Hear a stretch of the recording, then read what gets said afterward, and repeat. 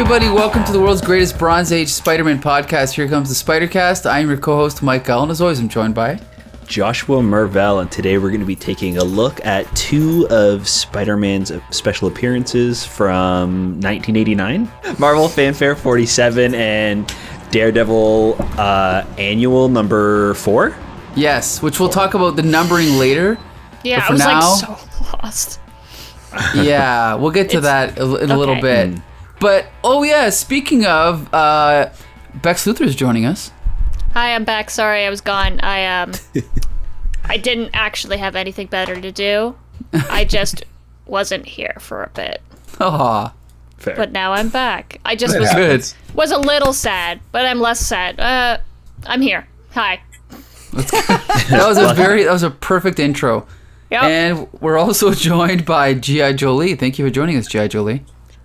You're welcome. I will not, by I guess making light of, by saying that I won't make light of the fact that I've also been absent is making light of the fact that I have been absent, so yeah. That's okay. You're here for a very important episode. Everyone's here. And that's because we've got...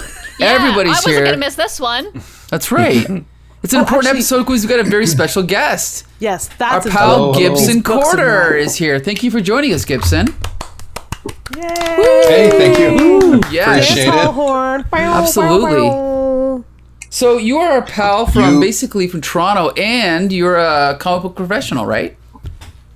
Yeah, comic book artist. Do a lot of different things. I've had the good fortune to be with some of the conventions with you guys and stuff. So yeah, and this is my all-time favorite comic book. I'm pretty sure you know that, but to let people that are listening know, this one is it for me. So I'm pretty happy to talk about this one. Awesome. And we're glad you're here because when we planned this show, when we started it 3 years ago, I was like slotting in guests, and I jumped ahead to 1989, and I put Gibson Corder in, and I know that there was a couple dates in the summer we asked you for, and you weren't available, so I'm really glad we could make it work. This is perfect. Me too. And just to make sure that you guys know, I will still talk some shit about it because there's a couple things that aren't, quite up to. Michael could have done a bit better, but overall it's an amazing book and I love it. All right. Actually, and you know what? Usually we just start by summarizing the book, but since we're mainly talking about this because of Michael Golden, why don't you tell us first how you came to be a fan of Michael Golden and why you're a fan of Michael Golden? Okay. This book probably did it for me. This one or the first two Marvel Fanfares were the first time I was the number 1 and 2, the Sauron thing, where that's where I really met his work, and it just blew my mind. As unfortunately, I was a young child back then. I'm a little bit older than some of the folks here, but it really, really resonated with me, and I just thought, holy crap, I'd like to be able to do that. And so for me, that's literally the one that kicked it off. Close that and the John Byrne, Terry Austin. Right around that time, I started picking up the X-Men 2, which was also with Sauron. So it was a real weird thing. But I think around issue 115, something like that. Sure. And then I never looked back. So here we are. And the quality of this book and some of the art, we're still talking about it 50 years later, and it's still relevant. And a lot of artists I know still enjoy Michael Golden. So that speaks to the power of the medium. Yeah, I first became exposed to Michael Golden through his G.I. Joe covers and his Transformers covers. And then from there, kind of just coming across his painted covers on Crystal Warrior and things like that, right? Crystal Warrior, yeah. Oh my God, yeah. So, but it wasn't until I didn't see much of his interior art until he did a G.I. Joe yearbook. And then it was this. I randomly picked this up in a dollar bin, and it just blew my mind. I could not believe how good it was. And so that made me kind of a fan for life. And I've tried to get almost everything he's done since then. I've got all of his Batmans. I've got, his Micronauts. But he actually doesn't do that many interiors. He's mostly covers, right? Right, he really doesn't. He's not super quick. He's kind of sensitive about it, so don't bring it up.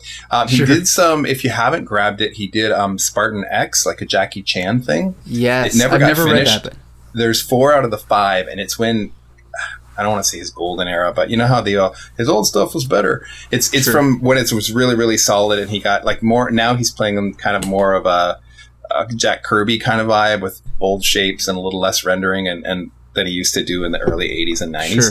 But the Spartan X, if you can find it, it's really difficult. It never got finished. There's 4 out of 5 issues, but they're really, really good. And I'm going to say one more thing. I think he's absolute top 5 favorite artists for the 70s and 80s, we'll say. But I also think he's the most influential artist of the 90s, because I think through him and through Art Adams, that's kind of where you get Todd McFarlane, and then you get Rob Liefeld and Jim Lee and all those guys, and it's really just channeling Michael Golden, I think. And you can see a lot of that in this book. Yeah, well, I think we all know that McFarlane cites Golden directly as how he did the webbing from a Michael Golden portfolio plate in a Marvel release, and it was the first time it had ever been seen, and everyone started doing it after that, and that was strictly because of Michael Golden's art. Right. And we should point out this issue is written by Bill Mantlo, who Michael Golden teamed up with for Micronauts, which was one of the only monthly books that Michael Golden ever did in the 70s. Still fondly remembered today. Bill Mantlo's known for doing also ROM. He did the early issues of Transformers. He had a run on Peter Parker's Spectacular Spider-Man. And so this one's done by Bill Mantlo, so it's a little bit of getting the old gang back together. And Josh is going to tell us the plot of this issue. All right. Yeah, this one was super fun. We start off with Spidey as he's swinging through this subdivision in New York that's kind of like crumbling and run down. And we cut in on a conversation between JJ and a councilman for this area. And the councilman's kind of talking about how they're going to essentially kick everybody out of this area, get rid of all of the homeless people, and then completely knock down all of these buildings. And JJ is like pretty upset about it. He's concerned for the people and for kind of like preserving this town that he grew up in, because this is where JJ grew up. And we see that Peter changes out of his Spidey costume, and he kind of comes up and meets the two of them late, and he's sick. He's got some sort of flu going on, and the councilman continues and pretty much says, like, you know, when something's broken and you have to keep on repairing it, instead of continuing that, you just throw it out and you replace it. And that's what he intends to do.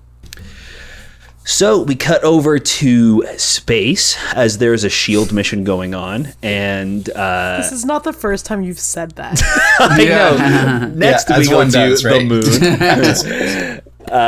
We cut to space, and the newly reformed Bruce Banner, who is now kind of in control of the Hulk form, is teaming up with SHIELD because he can take gamma radiation, so he's more easily able to like walk through space, and I guess is like maybe a dangerous spot. So they've got Bruce there to kind of go and fix this SHIELD satellite. And while Bruce is out there fixing the satellite, something attaches onto his suit and crawls inside and takes control of him. And the Hulk crash lands back on... Oh, no, sorry.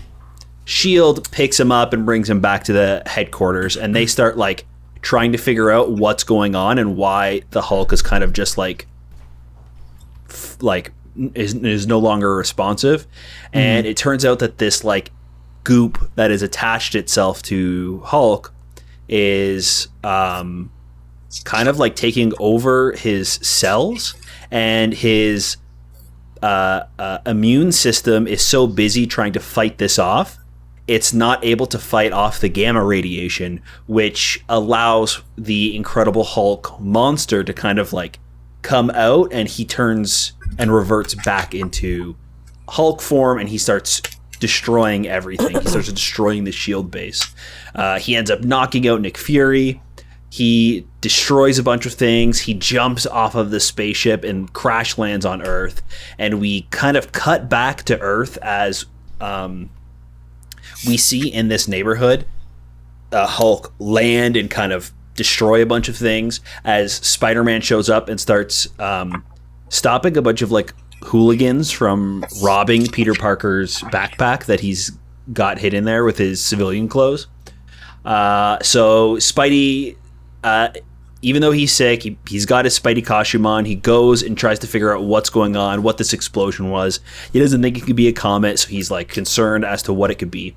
And that's when he sees Hulk, and he's concerned because he knows that Bruce is supposed to be in control of the Hulk, but unfortunately he's still on a rampage. So Spidey is fighting Hulk while also trying to figure out what's going on and save all of these civilians that are kind of crowded around to watch this fight. So we kind of get like a back and forth between Spidey fighting Hulk as the SHIELD agents are trying to figure out how to subdue the Hulk. So they start releasing these drones that are supposed to incapacitate him and take him back to SHIELD headquarters. But they didn't do enough testing, and they kind of start malfunctioning, and they start putting some of the civilians in danger. So Spidey both has to fight the Hulk, save the civilians, and then figure out what's going on with the drone. So there's kind of like a lot that he's juggling throughout this issue. He saves some civilians, some kids, and like not a whole lot happens between the fight. There's just kind of some back and forth, and then we see near the end of this fight, Hulk kind of collapses and he looks sick, and it turns out that Peter actually passed on this bug, this infection, to this like weird alien goop that didn't have any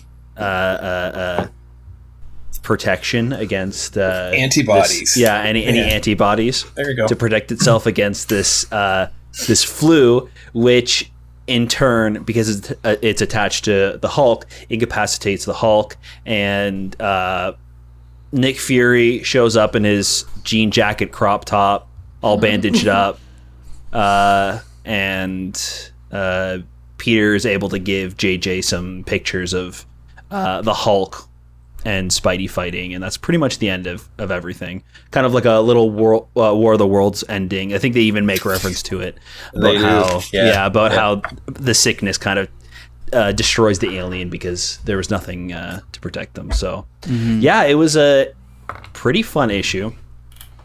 The art is amazing. The dialogue is fantastic in this issue, like so good.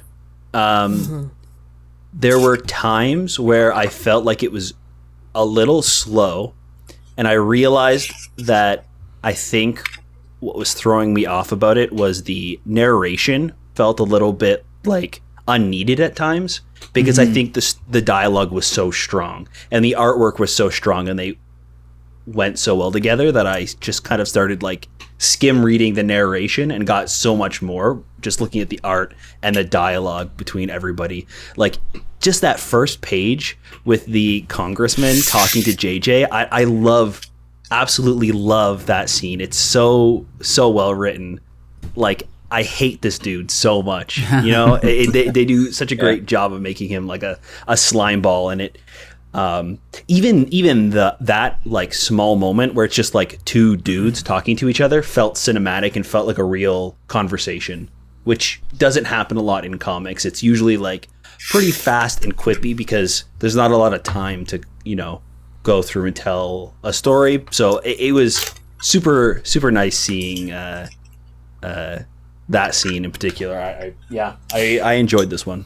You know, the thing is I've read this book so many times, and I think you pointed out something, you hit the nail on the head. It's like I've read this narration, but it doesn't sit with me. It doesn't stick to my ribs. And you're right, there's too much of it. It doesn't gel well with the art because the art is so good and so clear. You don't need all of that narration. So you're right. I think it is unnecessary a lot of the time. But before we talk about the art, Gibson, and before you get to the art, do you have anything to say about the script by Bill Mantlo? Yeah, I would agree with it. It was a little overwritten in certain spots because Michael's stuff is pretty strong. I don't think he needed it. But the one thing that we haven't touched on that I think you have to talk about before you get into this comic is the very the editorial where he talks about this comic is 5 years late. Right. And I think that's why suddenly they had to revert the Hulk, and I think they had to write around that. I think when he drew it, the Hulk was a rampaging monster, and that's how he drew it.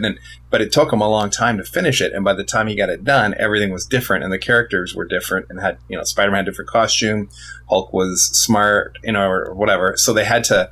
I think Mantlo had to do a lot of juggling to make it seamless that this was written now, but even when it wasn't. Right. You know what I mean? Okay. Gotcha. Yep. Interesting. Okay. And to me, that forgives some of that overwriting bit, because they do talk about, S.H.I.E.L.D. and the Gamma stuff, and how he's no longer a man, and or like in Monster, he's a man, and they spend a good chunk of the first 3-4 pages doing that. And I think because when he started, it should have been just a straightforward Hulk and Spidey thing, and then he had to kind of tap dance around to make it sing. You know what I mean? Yeah, Gotcha. totally Yes. makes sense. Yes. And the fact that the editor, rips on him in the very first page in the editorial means that like they know it was a pretty late story, and there's kind of a whole history about that apparently. So Sure.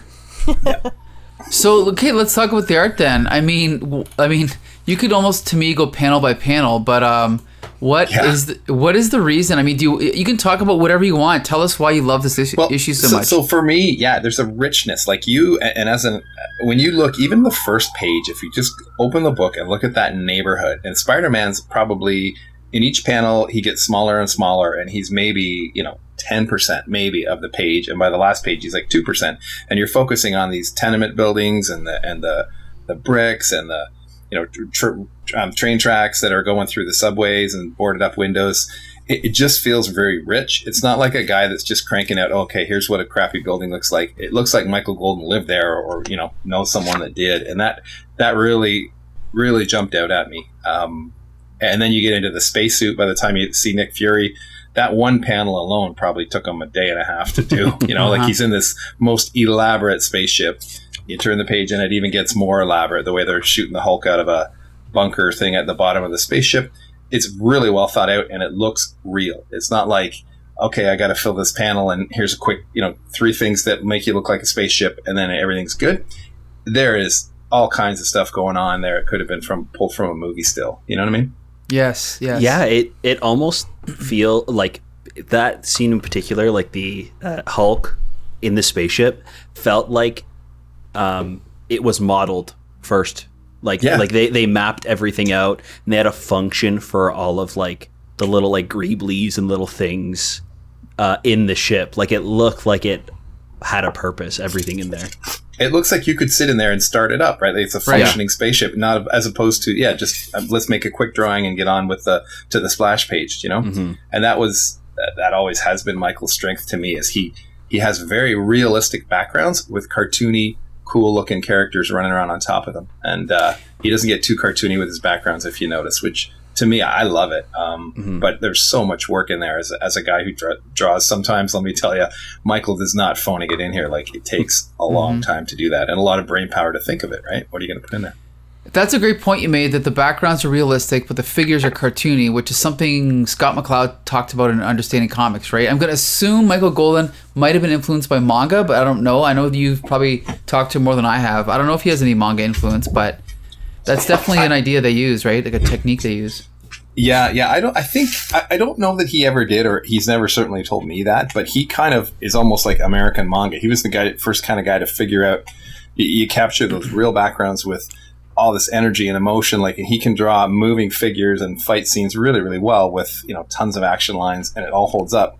And then when you get back to the realism, like Josh talked about, that first scene of two guys standing there talking, and it feels very real, and it draws you right in, right? Right. Now, the other thing, too, is that I think he's also, even his faces, they're cartoony, but they're also realistic at the same time. Like, the page that you were talking about, original page 5, like that bottom right shot, that's Nick Fury, right? Kind of screaming. Yep. I mean, his features are exaggerated a little bit, but look at the shadow work on his face, right? Like, there's so much thought put into it. The 2 different colors of light on either side of his face. It's just brilliant. Now, you flip the page, and I remember when I was a kid, I had a friend who did not like the way that Michael Golden drew the Hulk. Because he's like, oh, look at his anatomy, look at his arms, look at his legs. And I'm going to guess that what he was doing here was he was drawing Kirby's Hulk, which means that he wasn't basing the Hulk on a real person. He was basing it on another artist's, impression of a real person. But you can see by the skill put into all the shadows that he could have drawn the Hulk as accurately as he wanted to. He just chose to draw him like this, right? Yeah, I think it was almost an homage to the early Hulk Avengers appearances and stuff like that, right? Okay. Because, there's a couple, and probably my least favorite Michael Golden panel of all time is in this book, and I'm sure we'll get there. Okay. Yeah, the one where Hulk has boobs, and you guys will probably know what I'm talking about when you take a look at it. But the Kirby tech is there too on the panel you're talking about. I'm looking at it right now, and if you look in the top, like 1/3 of that middle panel, that's a lot going on. It's a lot of robotic tech as opposed to 3 lines with a big thing on the end. It's going to jab them. I mean, there's a lot of thought, and Michael Golden's always been real good at that. Like his he loves doing that noodly kind of tech stuff. Yes, he's so good at it, and also I love we should also point out he's coloring this issue. So we've got the interior of this room on page 6 is kind of light yellow. Then we've got the machinery that's red. Then we've got the 3 shield agents in the window that's all blue, right? And it's perfect. The Hulk's green, so it's just a nice choice of color here. Yeah, it is, but it doesn't always stay that way for me. His coloring on this one, I really sometimes wish someone else had colored it. Okay. A little later on, and it's just, maybe it's my personal preference. It starts off okay, but to me, like when we get into like page 9 and that, it's colored so uniquely that I can't see what's going on sometimes. Like the color overlaps his backgrounds, and I'm having trouble discerning what's what. Like he's not popping levels on a color point perspective, That is a good point. You're right. When we get to like page digital or original 9, you're right. Like we've got a room here where it's like all blue, then we've got almost all red, then we've got almost all red, then all blue. To me, it's red, like, garish. That red. Look at that original panel 9. So I see the couple figures in the foreground, but I do not in dead center understand what that blue blob is. I think it's a person back there, but I'm not sure. And I've looked at it a lot because I'd love to see it in black and white to try and figure it out, but I cannot tell what's going on back. It almost looks like Bug from the Micronauts or something. I don't know. Good point. Yeah. Right? And I don't think the color's doing it any favors there because it's not helping him. Do you know what I mean? Mm-hmm. He colored everything himself, and I think this is his first foray into color, or one of his early forays. I know it was because we talked about that, and he hasn't done a lot of coloring since. He does his covers now in coloring, but this is back in the 80s, and I think it was his first real rip at it. Sure. As we're going along here, Bex Luthor and G.I. Joe Lee, would you like to pipe in about this art? I know that in the past we reviewed a Michael Golden comic, and I know that you didn't like as much as G.I. Joe Lee. I don't think you liked it as much as we did. No, I don't think I did. But I'm sort of like, I always have appreciated Michael Golden's work. And mostly only from seeing his table at Motor City Comic Con. And just the different... and now I see... And now just reading this...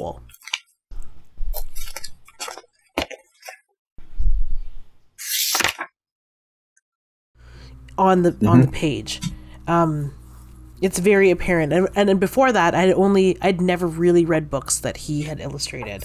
I'd only seen his work in prints, so it was like one composition, and it's like, okay, yeah, Michael Golden's like this great artist, but then I don't know what it is that we read before, but I'm not sure. Maybe like it might have been Marvel Fanfare 1 and 2. It might have been. Yeah. I think so, It might have been the coloring. It probably was the coloring. But like Gibson said, there's coloring that is like not even just like, it's like not sophisticated. It just works. It's really brightly colored. I have a feeling that this is recolored to be maybe a little brighter, but on original 10, I feel like it's the boob panel that Gibson's talking about.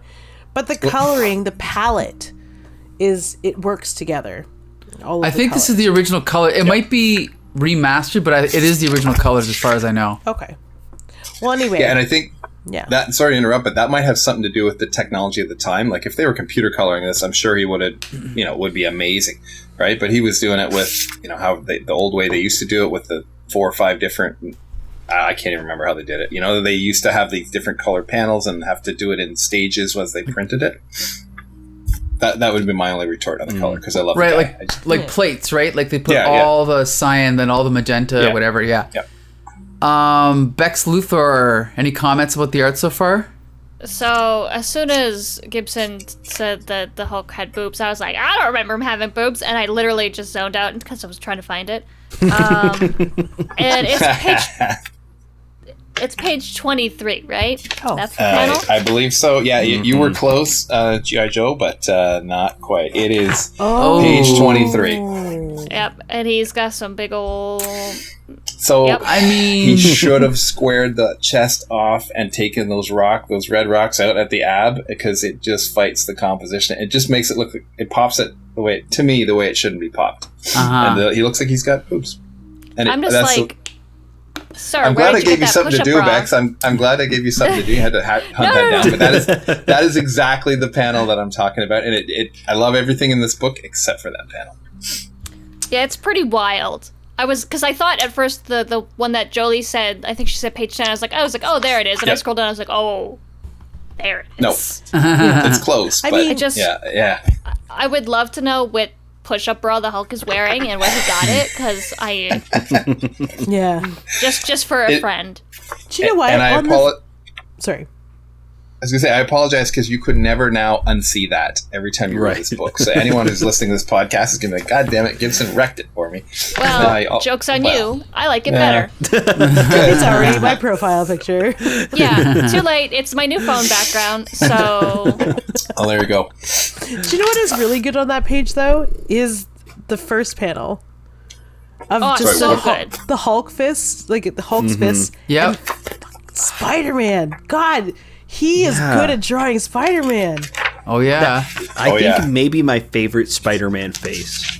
Yeah. Like it's so it feels like really modern, and like the eyes move depending on like the emotion, and Sure. A lot of artists will like have Spidey like blink, or like it'll kind of change shape, but what's super interesting is it almost looks like he tilts the eyes back and forth. So if he's sad, the entire eyes kind of like tilt outwards and then inwards when you like with the different emotions, instead of just the black of the outline of the eye like closing and opening.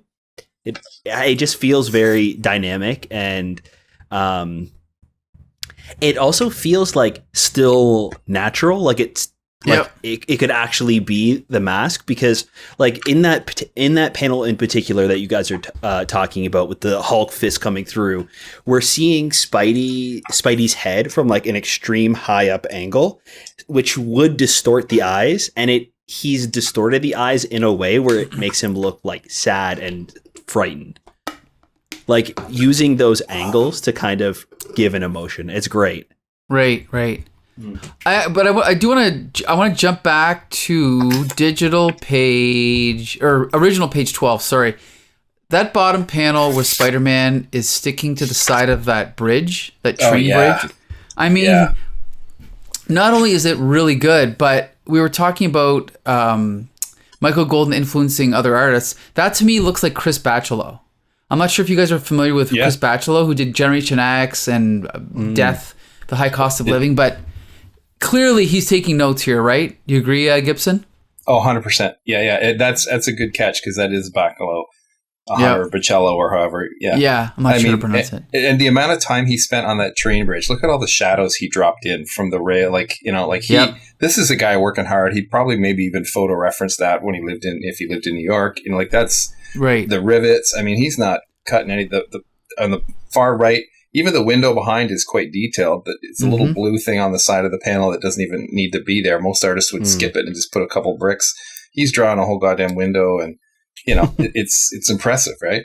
Because most of us on a corner like that, you're like, it's not needed, and you just 3 bricks to pretend, and let's move on and make our deadline, right? Right. But instead, he didn't wait, but he spent 5 years and he got it right? Yeah, exactly. But here we are 50 years later, and we appreciate or 40 years later, 30 years later, but we appreciate the extra work you put in. If you got to the next panel, we got more great stuff. We got Spidey crawling up a brick wall. The bricks are all individually drawn. They look amazing. But I really love these panels below where we see Spider-Man swinging above that kind of crater in the ground there.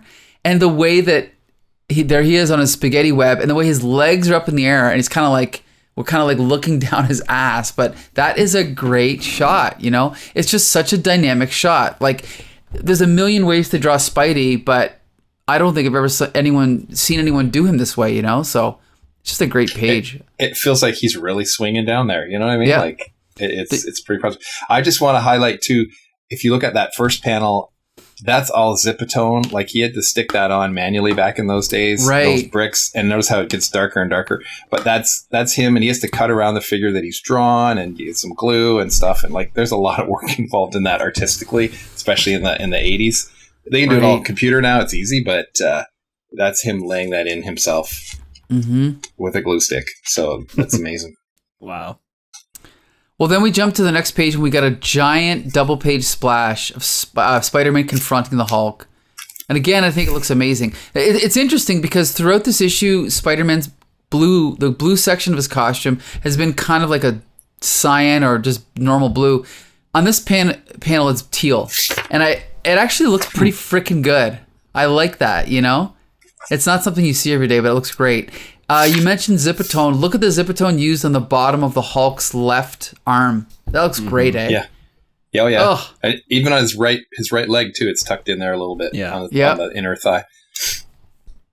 Yeah. And again, the Hulk's anatomy is exaggerated, but those look like real muscles, right? Like the feathering he does on the muscles, like it just looks great. Well, and it just feels the blocky ominousness of him standing there. You feel the power of the Hulk against little Spidey who's off balance and, you know what I mean, trying to figure out what's going on. So you could even feel the motion of him like standing up in this shot with like the water dripping off of his legs and like his fingertips. Yeah. Really fun. That's a good point. Yeah. The water's dripping off of his like left arm and hitting his leg and rolling down his leg. Wow. Yeah, that's a good point. You're right. That's a good like detail. It's just like not detail that is like needed to sell it, but it just those like small things that add and just makes it that much better. Well, also the top panel, we talked about this earlier about the kind of muddiness of the colors. It is mostly red with a little bit of blue in one figure, but it does contrast the bottom panel, right? Because the bottom panel, there's all this negative space behind Spider-Man to kind of make those figures pop out, and it's kind of it frames it all nicely, so it's really, really great. And then then we get the next page, more of that kind of almost monochrome that we talked about earlier. But then and then we start this big fight with the Hulk, and it's, in my opinion, very well done, very action packed. The way that the figures are flying around, like even on this original page 18 when the Hulk throws Spider-Man off of his back and he bounces off that car. Again, that attention to detail is not something a lot of artists do. Like I know Kirby did a little bit and John Buscema would have done it, where you're seeing the reaction of the pedestrians on the street. I think it makes it feel very realistic. Like this is what New York would be like if there were superheroes fighting each other. And I think that's why I love it so much, you know? Yeah, he loved the people reacting is part of the joy of his work. You go in and look, like in the NAMM books and all that. Everybody's doing something or reacting in a different way. It's not like individual straight up figures just to fill a background. He's thought about every friggin' one and drawn them differently, which is exhausting but really cool artistically to take in. Can I back up one page to 17? Sure. I just want to highlight that to me that Spidey head that Josh was talking about earlier looks super solid there, and the little bit of, you can almost feel his right eyebrow kind of poking up to look at the crowd while he's keeping an eye on the Hulk. And then again, the crowd is all different, very unique, which is one of Michael's strengths in the background. Yeah, and then that's a great 18, point. You see him like squinting, and his eyes are squinting. Nobody does that. Yeah. Nobody changes the shape of the eyes. He's not only is he squinting, he's coughing, which is critical to what happens later. Right. Good point. Right. Yeah. And we should also point out that one of the ongoing jokes with Spider-Man, it goes back to Stan Lee, is Peter Parker catching a cold, right? Or in some other way being incapacitated for a fight with a supervillain. So it's kind of like a little play on that, right? That for once his cold actually ended up winning the day. So I think that's kind of funny. Yeah. Yep. And then as we go forward, again, this fight, you can talk about every panel, it's all great, but as we're jumping forward here to 21, we see this great shot of the Hulk. Is he throwing the car? Yeah, he picks up a car Look at the guy. You can tell whose card is in the background too. Look at the guy trying to save his car in the bottom right. Yeah. Original page 20. Yeah, that's the owner of the car. Like, that's amazing. Are you kidding me? Right. And because it's all kind of like this dark maroon, it's something you don't notice right away, but when you go back and look, you'll pick up on those details. It's really great. And again, look at the anatomy on the Hulk, like the way he's picking up that car. It really looks like his foot's planted on the ground, right? But the way he's curving his body, it's just great. You can see the gravity. Yeah. I love it. Yeah.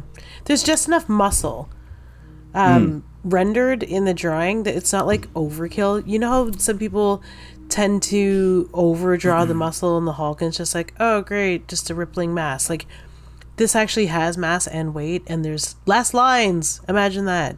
Yeah. Yeah. Yeah. I love the way that the panels are used here too. Like, it very interesting at times. Like when Spidey's like jumping out of the way of the drone, the panel is completely tilted on its head.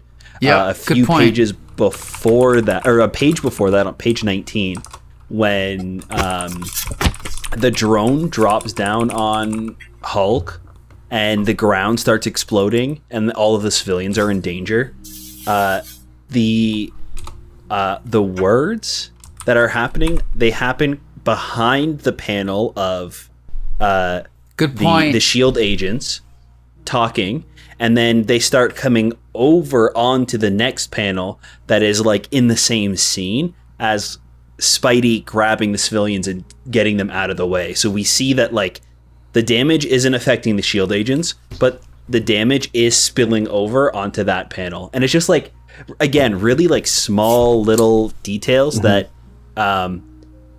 you're not supposed to notice. Like, when reading it, it just feels natural and helps to kind of sell the believability of what's happening.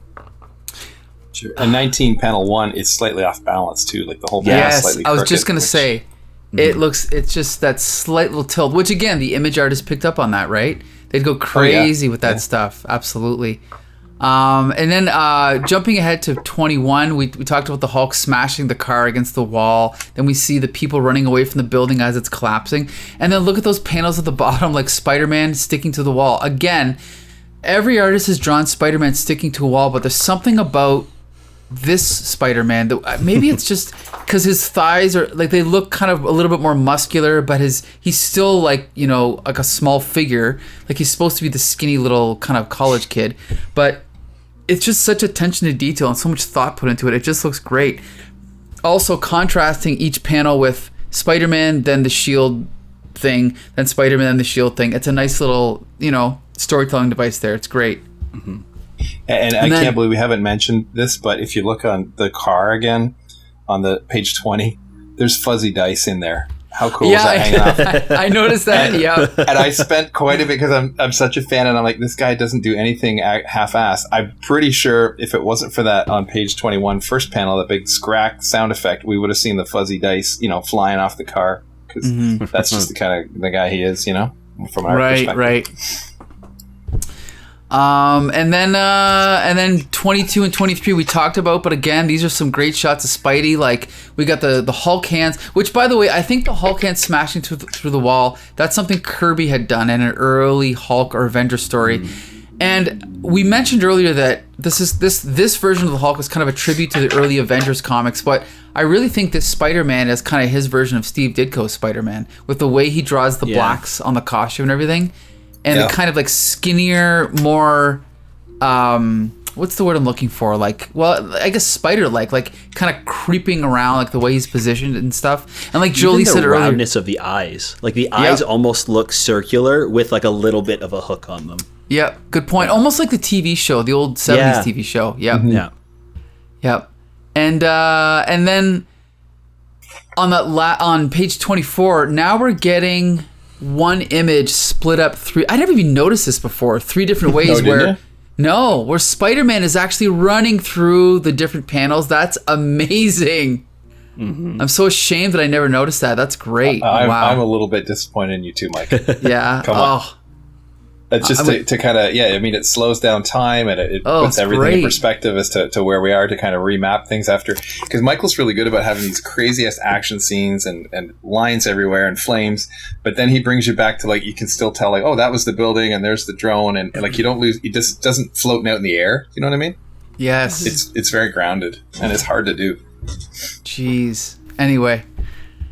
And then again, now we're on 25. We've got this great shot of Spider-Man running away from an explosion, carrying these two civilians with him, then stopping as the shield doohickey thing kind of confronts him. Like, that's another great shot.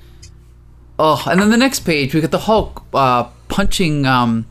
What is he punching there? Oh, that's the shield thing. The drone, yeah. At one of the drones, and then Spider-Man is getting shot, kind of dodging the bullets, showing how the two different characters are interacting with the same type of, like obstacle. That's really cool. Then we see, again, Michael Golden didn't have to exaggerate this, but he did. Like, look at the kids crying at the bottom. Mm-hmm. Even though it's completely exaggerated, he still takes the time to render it realistically. I think that's cool. Like the shadows and everything. Yeah, it's great. Yep. And then we're actually coming up. This is one of my favorite panels of the whole book. And it's at the bottom of 29 where the Hulk has kind of like had enough. And he looks over. He's like, somebody talking. Who's down there? It's Spider-Man. The orange light on his face, the sweat and the water on his face, and just the detail. It's just incredible, that expression. Anyway, that's one of my favorite panels. And then we're coming up on the end here. We got another great little 3-panel sequence where the Hulk kind of like, again, it almost looks like a little baby. He's kind of like crumpling down into a ball. And then this is where they realize that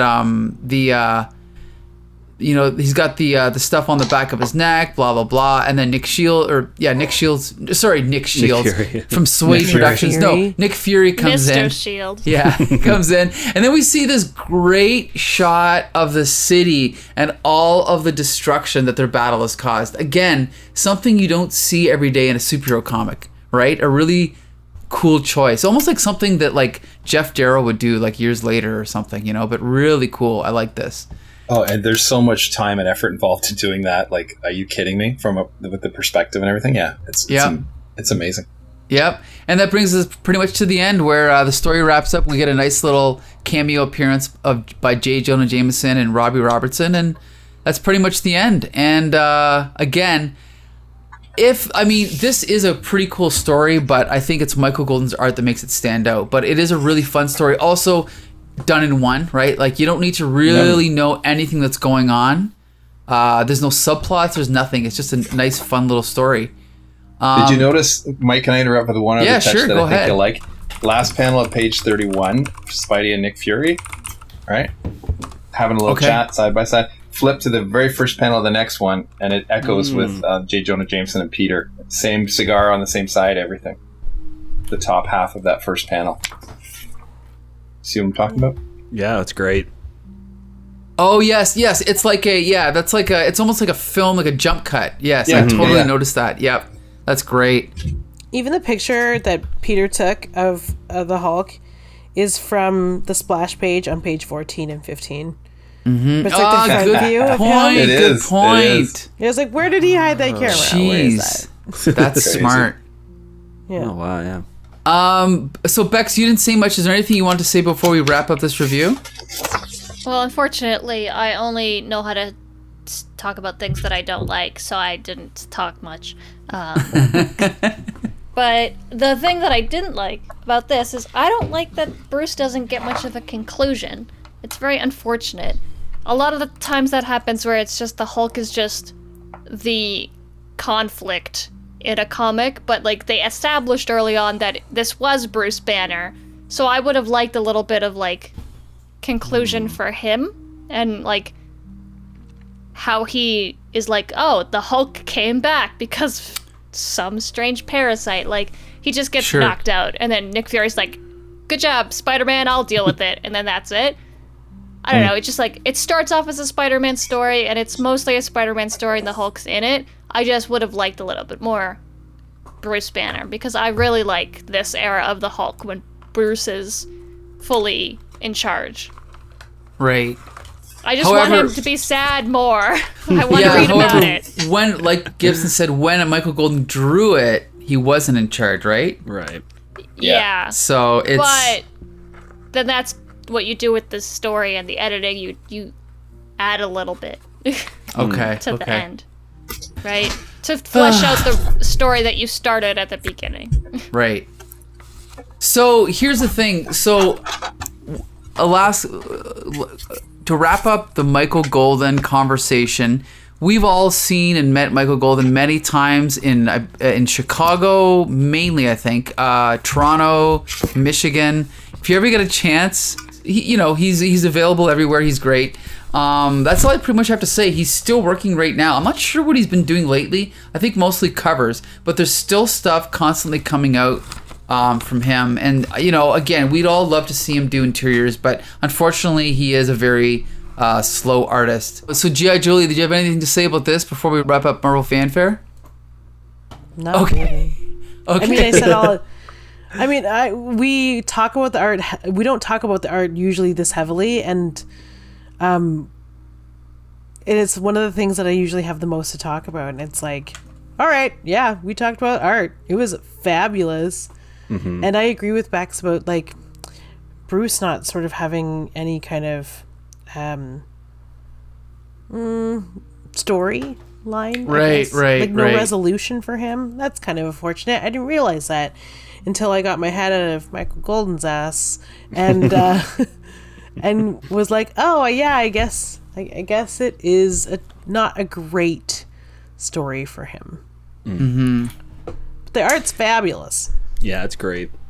Yeah, so just to remind everybody, this issue, I don't know if this has ever been reprinted, but you can find it in dollar bins. It's one of those things that like hardcore fans of Michael Golden, love this issue, but the general public doesn't seem to care. But it is a great issue. It's definitely worth picking up. Now I know that Gibson, you had said that you don't have time to read our Daredevil Annual #4 review, so unfortunately you're going to be ducking out. But before you go, why don't you tell everybody first where we can find you on social media? I can't even remember.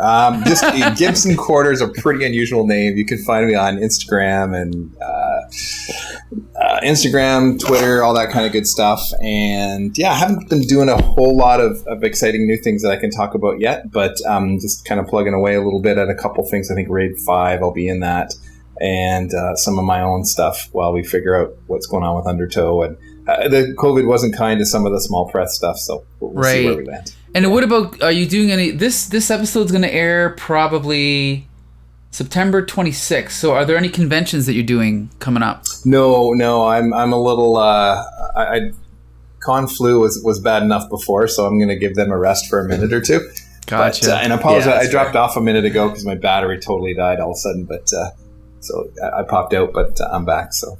Awesome. Just the time to say a quick goodbye and thank you both thank everyone for this. This is a lot of fun. Hope I didn't talk too much for you guys, but really enjoyed it. I'm passionate about this. No, yeah, great. This is what we want. Like, again, this is something you and I bonded on. I think we might have even done a segment on this, just talking about this issue because we loved it so much. Yeah, I think we did a quick one yes, anyway. Yeah, Comic Book Syndicate, Gibson Quarter, and Michael, there you go, talking about Marvel Fanfare 47. This is a classic issue of Spider-Man from 1989, written and drawn slightly earlier. But yeah, this is a good issue. And we want to thank Gibson Quarter again for coming out and talking about his favorite comic book of all time. Is that accurate? Favorite of all time? Yep. Wow, great. All right, well, thank you again, Gibson. It was great talking with you. Cheers, guys. Thanks so much. Yeah, thanks. All right, see you later. Bye. Take care. So now we're going to talk about, unfortunately, Daredevil Annual #4, which, by the way, I must point out, even though it was published at as #4, it's actually #5. Marvel editors are so incompetent, they forgot there was already a Daredevil Annual #4 in 1976. I don't know how that happened, but whatever, things happen, right? No offense to the editors, but Bex Luthor is going to tell us what happens in this Atlantis Attacks crossover. Full offense to the writers and creators, though. Yeah. So, if fellow listeners who followed Syndicate-related projects before probably know about the Quasar Chronology podcast, very popular podcast. Very popular. Maybe maybe our millions of most listeners. popular. Yes. There was one comic where Mike made, I believe, our friend Maria read an entire comic book, and she was like, "Where's Quasar?" And because it was just his hand being shown. Mm-hmm. That's what this comic is for Spider-Man. Yeah. He's here. His wrist, yep. He's right on the cover. And you know that means that he's going to be crucial to the story. Yeah. Also, if you were like me and had no idea who Tyrannus is, this does not help. So let's go. Also, Doctor Strange is here. Yeah.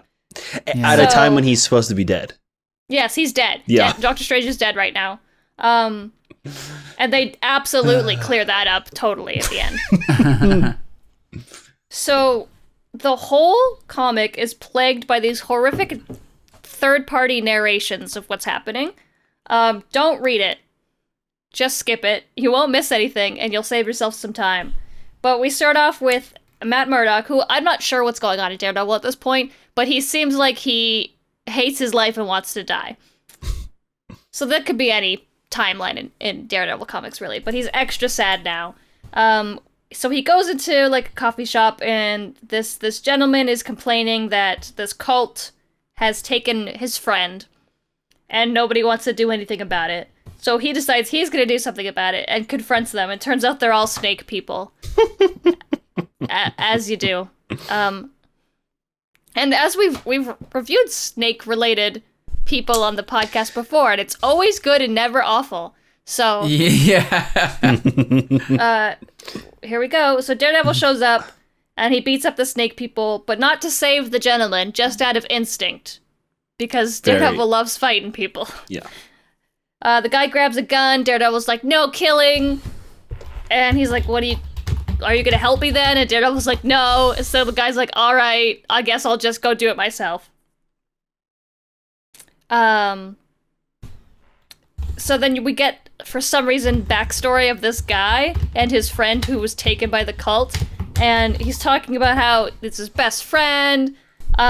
He's a shitty person, and so is his friend. They're both terrible people, and I really don't care that one of them gets turned into a snake person. But it turns out his friend and him, they're drinking buddies. They're both alcoholics, but the guy meets a girl and gets married, and his friend's really jealous about it. The guy beats his wife. Shout out. Definitely worth saving this guy. For sure. He also has a son that he doesn't take care of, and so his wife tries to get him help. But the whole time his friend's like, my buddy's not an alcoholic. Definitely is an alcoholic. So he goes to save him. Meanwhile, Doctor Strange confronts Daredevil on a rooftop and says that fate has brought him here. And he calls him his friend. I'm not entirely sure of the relationship between Doctor Strange and Daredevil at this point, but I wouldn't say that they're friends. But all right, I guess they're friends. Because the power of friendship and all. And then we go over to, where are we? Oh, it just says 5 miles away. All right. At the Save Our Society, which is where this cult is. And Viper is there. And so why not? And she confronts this guy who's the leader of the cult. And apparently she's made a serpent serum for him to turn people into snakes. Yep. Also, shout out to Moon Knight and Punisher. They were there. Just make sure you check out... Terrible drawing, terrible reference. Punisher Annual number 2, which honestly sounds more interesting than what I'm reading right now. I want to see the Punisher and Moon Knight team up and fight Viper. That sounds cool. But no, I'm reading this. So, he shows Viper into his secret fortress, and she's like kind of not really impressed, and also not 100% sure why she's here. He made himself a giant pyramid, which pretty cool. And then he shows himself that he's not just a doctor, he's Tyrannus. All right. Okay. It's so anticlimactic anyway. He's like, "It's me, Anastasia," and he just drops all of his clothing and is wearing like this little skimpy outfit. So off panel, he in Spider-Man Annual, what is it? Annual number 9, something like that. He has kidnapped Spider-Man and mind control him to make him his pet. And you think it would be kinky, but it's absolutely boring. So unfortunate for them. But yes, he's been like, oh, look, Viper, I am this guy. And the Spider-Man is under my control. And now I'm gonna kill you, even though you did everything that I asked and also have no reason to interfere with my plans at all. And then a fight ensues, and then Tyrannus, like, mind controls Viper so that she can't move. Meanwhile, What's-His-Face is out here trying to save his friend, and he's just, instead of shooting the snake people with the shotgun, is just using it as a blunt force weapon. Back inside, they tell him that, there's an intruder, so Tyrannus sends his guard dog Spider-Man out to kill this man. So Spider-Man's here now, and he's about to rip apart a civilian, and the Daredevil kicks him and stops him. And he's like, doesn't say a word to him, but in his internal dialogue knows that Spider-Man must be hypnotized, because his spider sense would obviously see Daredevil coming. But instead of trying to talk to him or help him get out of it, he just beats the shit out of him, and then runs away. That's such a funny panel of him running away. He's like, his arms are up in the air, like, ah. He kicks Spider-Man in the face and then books it. He's like, Spider-Man's much stronger than I am.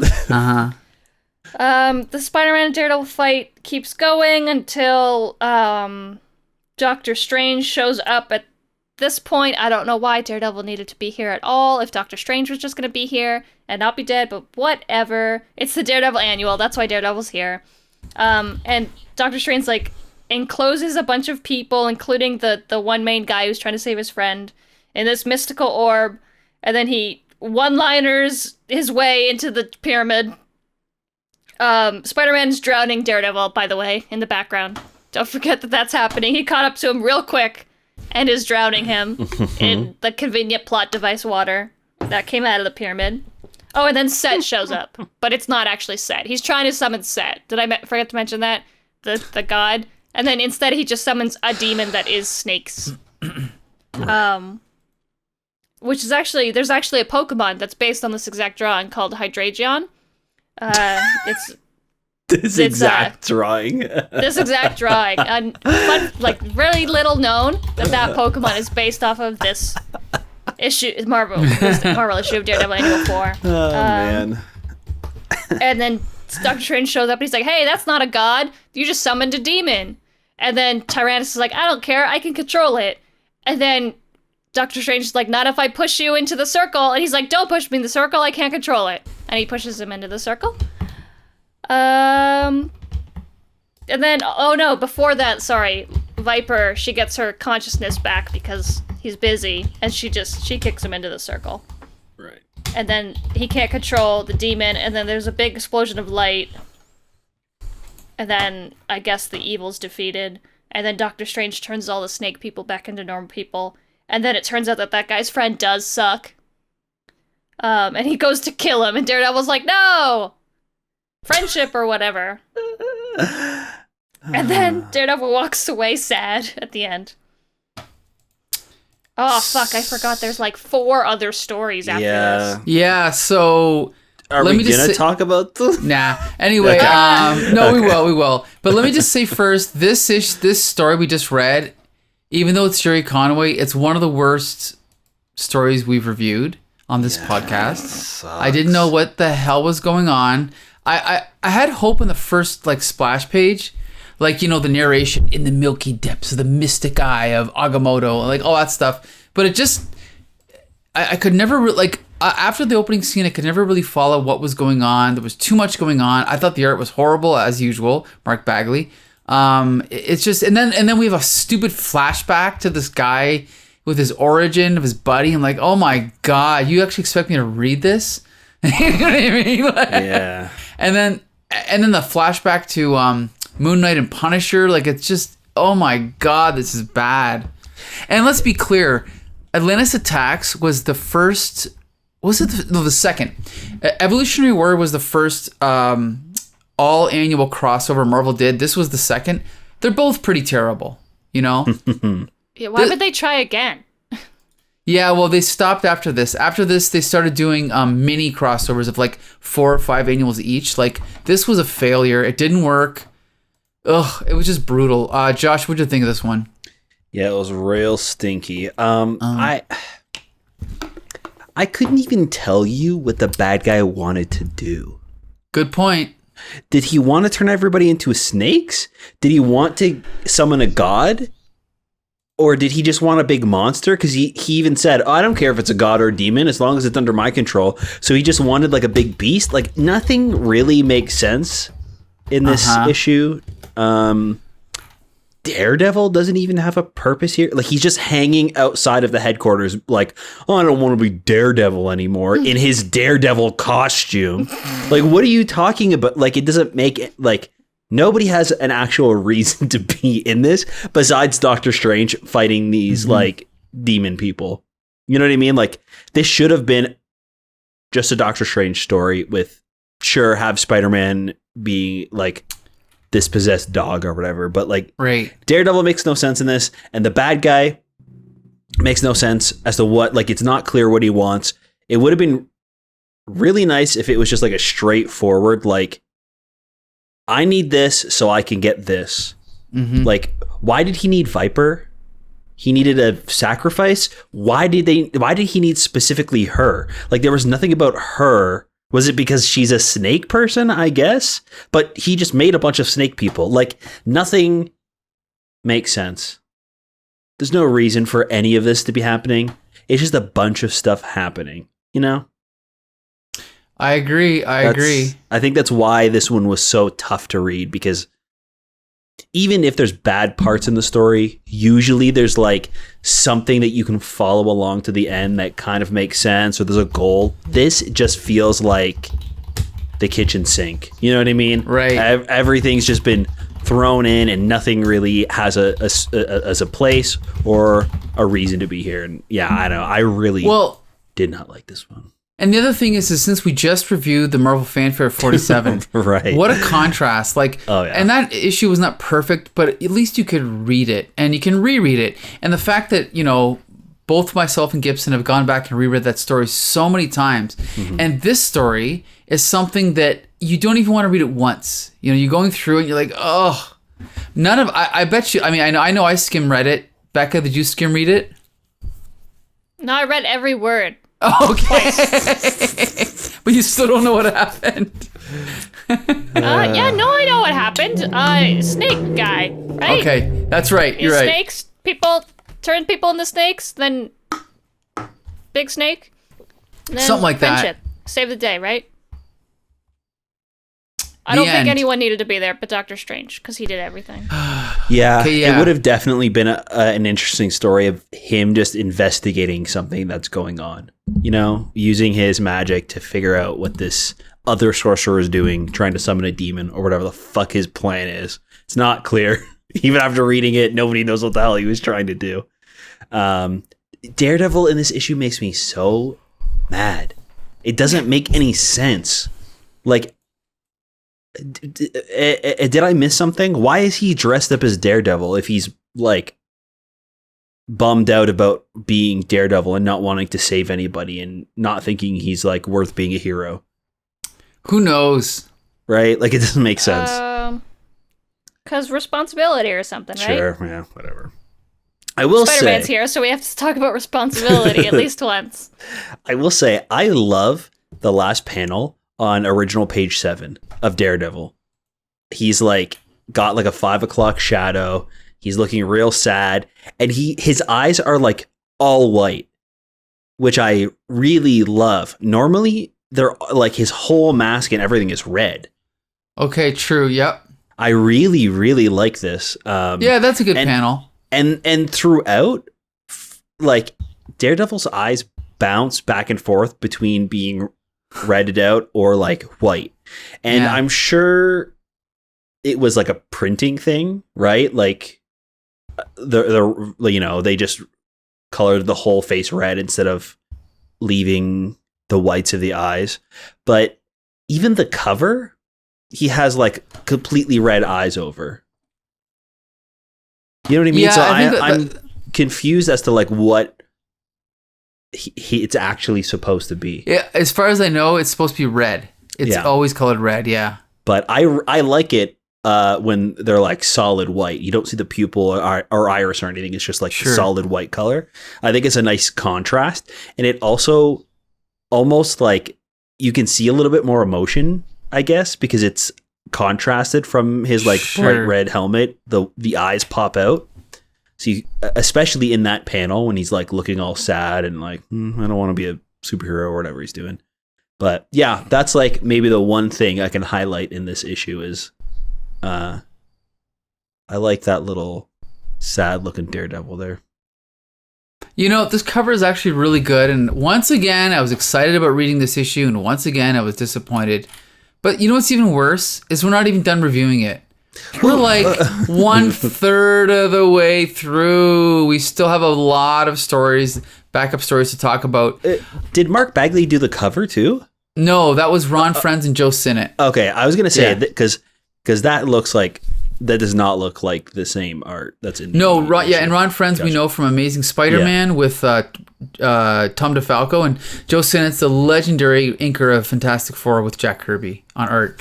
So now we're going to talk about the first backup story called Role Reversal, written by Gregory Wright and drawn by one Jim Lee, whom we all know from X-Men fame. And this has got to be one of his very first assignments for Marvel. This is 1989, so this is very early. Again, I tried to read this, couldn't get through it. Josh, did you read it? Kind of. Okay. I remember kind of reading it, but like pushing through. By the like third backup issue, I was like, okay, that's it. I can't do this anymore. And just like looking at the pages and continuing on. So we can't really talk about it then, can we? It was bad. All we can say is the worst one. Yeah, it stunk. The only thing I can say about it is that it's I know the what are they called, the Wild Boys?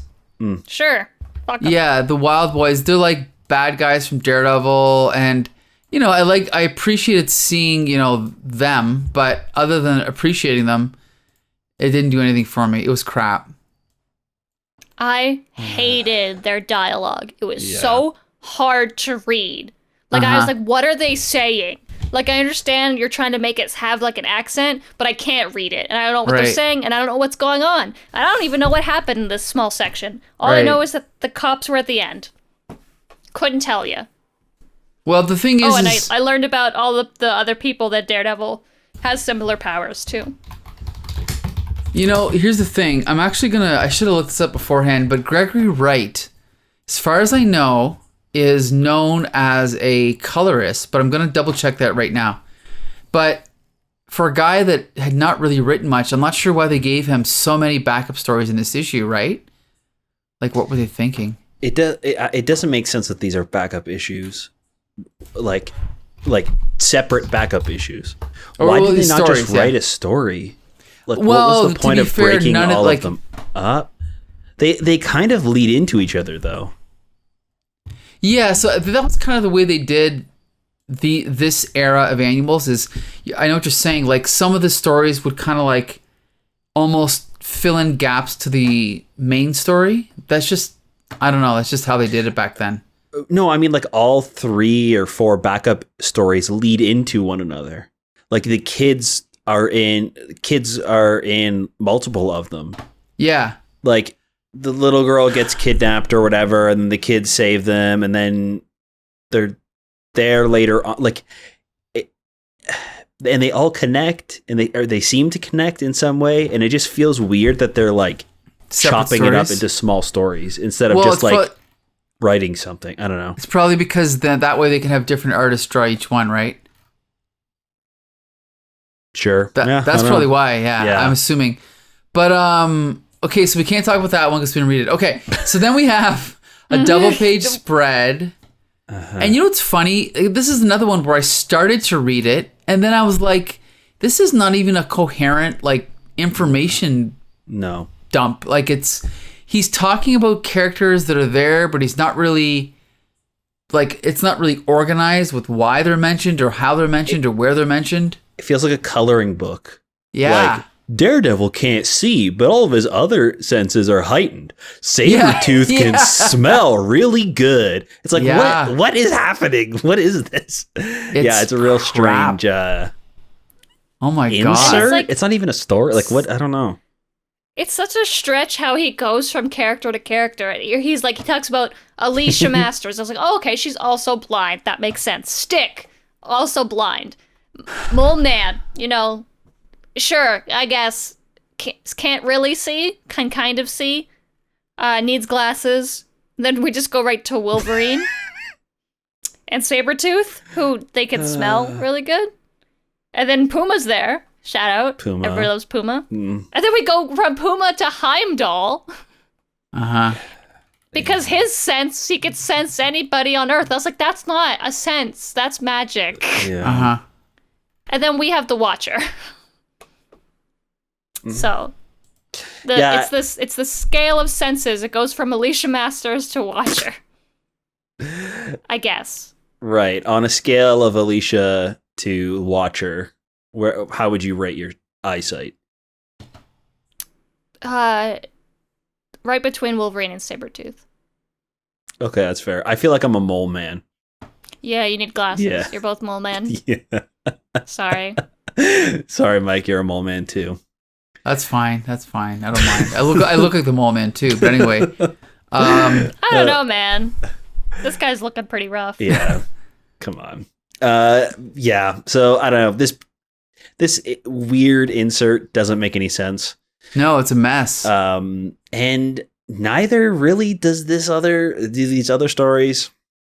Maybe this one is the most coherent out of all of them.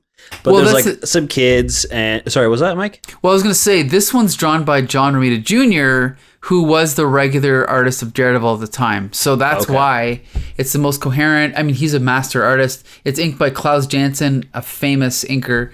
It's still the same writer. And I did read this one, and it's not great, but at least it's coherent. Like, this is now a professional artist. Like, the storytelling is flawless. Even if the story's not great, at least you can tell what's going on, right? Yeah. I hope. Yeah. I mean, sure. Yeah, it's fine. Like, it's, again, not much of a story, but it's the most story out of all of them. There's these kids riding around on their skateboard and a bunch of, like, ruffian, like, Magia guys threatens them and then steals the little girl and essentially says, we're going to sell you into the sex trade. Yep. And good luck, kids. And the little boys are like, well, what are we gonna do? Let's call a superhero to help us. So they shout out for Daredevil and he doesn't show up. So they're like, okay, well, I guess we'll have to do it. So they try and, like, Home Alone save their friend, and immediately foiled. The dude just picks up a gun and points it at them, and then Daredevil does end up showing up and knocks them out and tells them they were stupid for trying to save their friend. And that is the end. Like, there's really no resolution besides Daredevil scolding these kids, and then we see a nice little landscape view of the city. It's not a story. It's really not a story. Yeah. It's just a scene. But Matt is so mean in this one. Yeah. He's like, you stupid fucking kids. You should have called the police. And they're like, like, you exist in this universe, though, because the police don't do anything. Right. And look what he says here. That was stupid, period. Non-negotiable. Where do you keep your brains? He might as well pull the Frank Miller and been like, what are you, retarded? I'm fucking Daredevil. You know what I mean? Yeah, like, he's so mean. They're like 8, and their friend got kidnapped into the, like, for a trafficking victim. Like, and they were like, well, we called for a hero and no one showed up, so I guess we'll go do it ourselves. Like, I mean, yeah, it was dumb, but also, like, at least they tried. Matt, dick. And it's very, like, weirdly watered down that, like, they straight out say that this is what they're kidnapping this little girl for. And the kids are like, oh no, they took our friend, better go. Like, it's like an after school special after that. And I was like, the tone is not correct. Right. It was very worrisome. So, yeah. Now, we mentioned Jim Lee earlier. Again, this is 1989. The Image artists who are going to go on to found Image are just becoming popular at this point. And now we have Will Portacio, famous for doing an X Factor reboot, then Uncanny X-Men, then Wetworks at Image. This is a rare fill-in Daredevil story by him. I didn't read it, but the art is actually pretty cool. It's pretty stylish. I mean, I've always been a minor Will Portacio fan, so I don't know if you guys read this one, but the art's pretty cool. What'd you think of it? I mean, you can look at it right now, even if you never read it. The art is great. Yeah. Yeah. It's fantastic. There's so many close-ups of just like people's faces that are so detailed and realistic. The story, I can't remember this one. I know there's like a sick no one does. Mother. This is about the time I started skim reading. It's Gregory Wright again, known for his coloring work. Great colorist, I'm sure, but why is he writing all these stories? This guy's like girlfriend dies from drugs, I think, and so he goes to Ben Urich, who's writing a story about the drug guy, and he's like, I'll give you inside information, and then he gets the information, and then he dies, but Ben runs the story anyway, and the guy gets arrested, and it's just a bunch of sad old dudes talking a lot. Yeah. And I don't give a shit. Not good. At all. I also don't know what's going on. I don't know what they're talking about. Do you like the art? I mean, it was all right. I was bored. Sorry. Like, it's good for what it is, but I find it boring. Okay. Especially when you compare it to like Marvel Fanfare, where like Sure. your eyes are like every little detail is like little pieces of candy, and this is just like I don't actually care what's in the background. Gotcha. You know, I think that's a good point though. Like it's technically really good. I just don't think that anything that's happening is that interesting. Right. You know, like you can look at every single panel and it's really well drawn. It's just that the story, the things that are happening in the panels aren't interesting. Yeah, that's true. So, and that's kind of all that matters, right? yeah.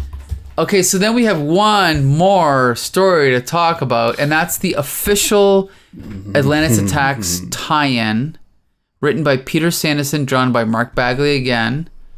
Did anyone read this one? I 100% skipped this one.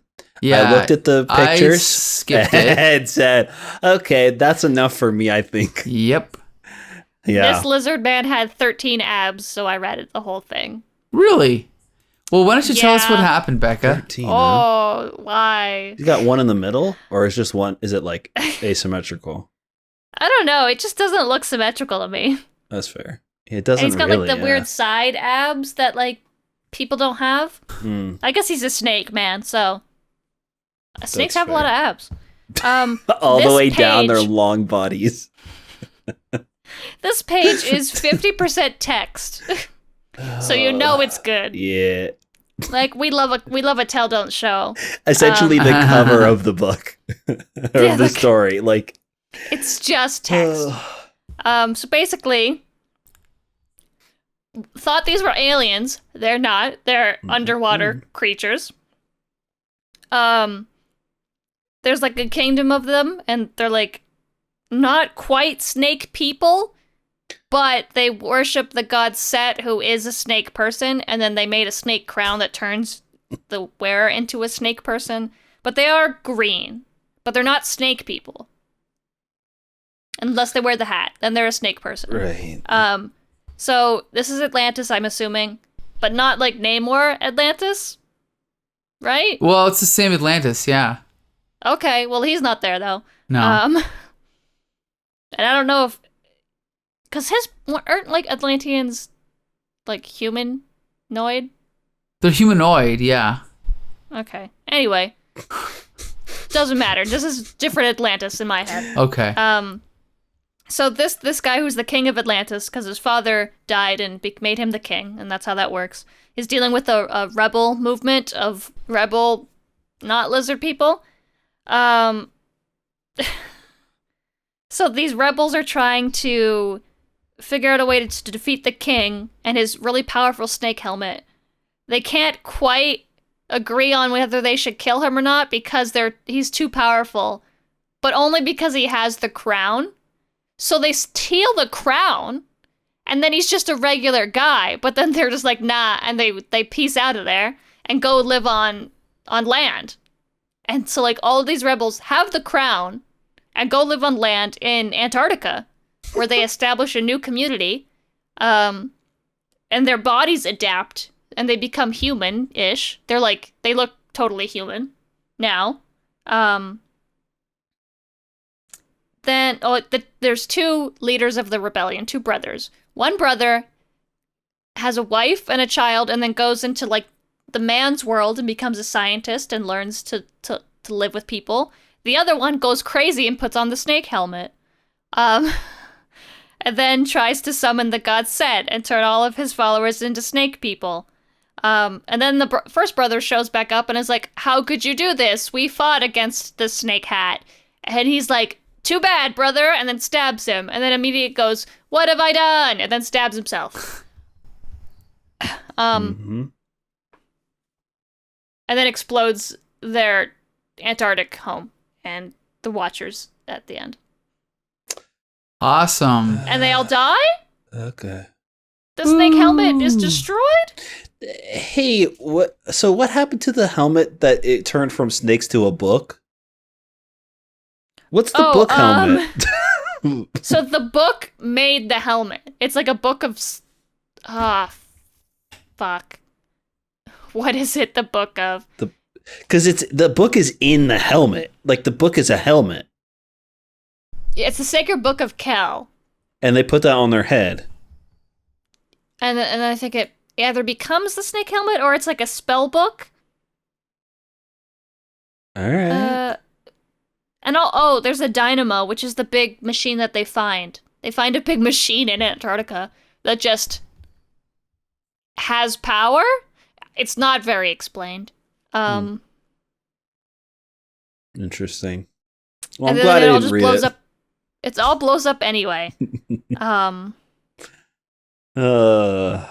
Yeah, I feel like snake people is now a red flag. The second we see snake people, I'm not gonna read it. Sorry, Mike. Well, I don't care if it's on our list. They're just I'm not terrible. I mean, I'm not reading no snake people comics no more. Yeah. Well, I have some news for you guys. Okay, I've just skipped. Oh, they're mermaids. Sorry. If you're looking for more where this came from, I've just skipped ahead through Daredevil's annual 6, 7, 8, and 9, and Gregory Wright writes every one of them. Yeah, I don't know what the hell they were thinking, but yeah, I guess this was like his regular assignment, just doing Daredevil annuals. So weird. Do you want to talk about his weird snake people that aren't in anything else? Dude, just write some weird fucking manga. Get over it. Yeah. Alright, so according to Wikipedia, the Lemurians are different than Homo mermanus, which are regular Atlanteans. Okay, that's what you were talking about. So there are two different Atlantis? No, there's Lemurus and Atlantis. Yeah, so Atlanteans are Homo mermanus, and they live in Atlantis. And then these Lemurians are the Atlanteans that came to the surface and then became not green anymore. Or blue? I always thought they were blue, but I think they're blue in modern comics and they're just green in this one. Okay. I think that's why I was confused, because I thought that they were just completely different because they were green. They, evolved very quickly. Yeah, no, I think these are all the same as because Namor is he's a mutant and he's a mermaid, right? Yeah, not a mermaid, but he's an Atlantean and a mutant. Homo mermantius is the genus. But isn't he half Atlantean? Atlantean. This is true. He is half Atlantean. And we should only point out that he was only called a mutant, I think, later. That was a retcon, right? Yeah, because they wanted to explain why he looked really different than the rest of them. Well, and plus they wanted to exploit the fact that X-Men was popular. So, I mean, and to be fair, it makes him really funny because he hates it so much about himself. And it makes it really, really funny. And especially in modern comics when they constantly invite Namor to X-Men related events. And he's like, I'm not a mutant. And they're like, you are. Okay. Well, I'm glad just this is trying to over. understand. 500 years after the settlement of Atlantis, another group of Homo Mermani left Atlantis and found their own city, this time in a part of the ruins of another continent submerged during the Great Cataclysm. What are these things? Oh, they got the Serpent Crown. So Serpent Crown. this is a lesson I learned, okay, over the last few years, is that reading about these stories is better than reading the actual stories. Sometimes, Okay. yeah. Sometimes I get, I'll get lost like on Wikipedia or MarvelFandom.com reading all these plot summaries, and I'll get excited. I'll be like, oh, I gotta go read the original issues. No, I don't, because they're shit. Yeah, and to be fair, I shouldn't have to read 6 Wikipedia articles to understand the 6 pages of a comic book that I read. Exactly. That's why I learned to just you open the first page, you look at it, and you close it, and you just move on to something else, right? And then you put it in a bag and a board, and you put it in a box on a shelf, and then you just keep it for the rest of your For life. 30 years, yes, exactly. Anyway, okay, but you know what? I think we've spent more time talking about these comics than the creators spent thinking about them. So we should probably stop at this point, right? Yeah, maybe. Yeah, what episode number is this? Like, Wait. We're not down to editing yet, Becca. We still have to wrap up this episode. No, I just meant we should stop reviewing these comics that nobody thought about. But we're like 150 episodes Oh, I in. see. This is episode 160. But Yeah. I want you guys to join us for 161 because we're going to be reviewing Amazing Spider-Man 318, Web of Spider-Man 53, and Spectacular Spider-Man 153. And our special guest is going to be co-host of Flea Market Fantasy, Mike Dell. Ooh, back again. Yep. So That's my favorite Exciting. thing, is to get into fights with Mike Dell. Can't There you wait. go. Crossover. So hopefully the whole gang will be here. And Josh, you can take it from here. Yeah, thanks so much for listening to the podcast. Please keep in touch. You can find us over on Twitter or on Facebook at the Comic Book Syndicate. Make sure you check out our website, comicbooksyndicate.com. All of our podcasts are there. They're also anywhere else you can find podcasts. So, keep in touch. Let us know what you guys think about the comics and the podcast. Let's keep that comics conversation going. That's right. So until next Monday, Spider Friends. Go for it.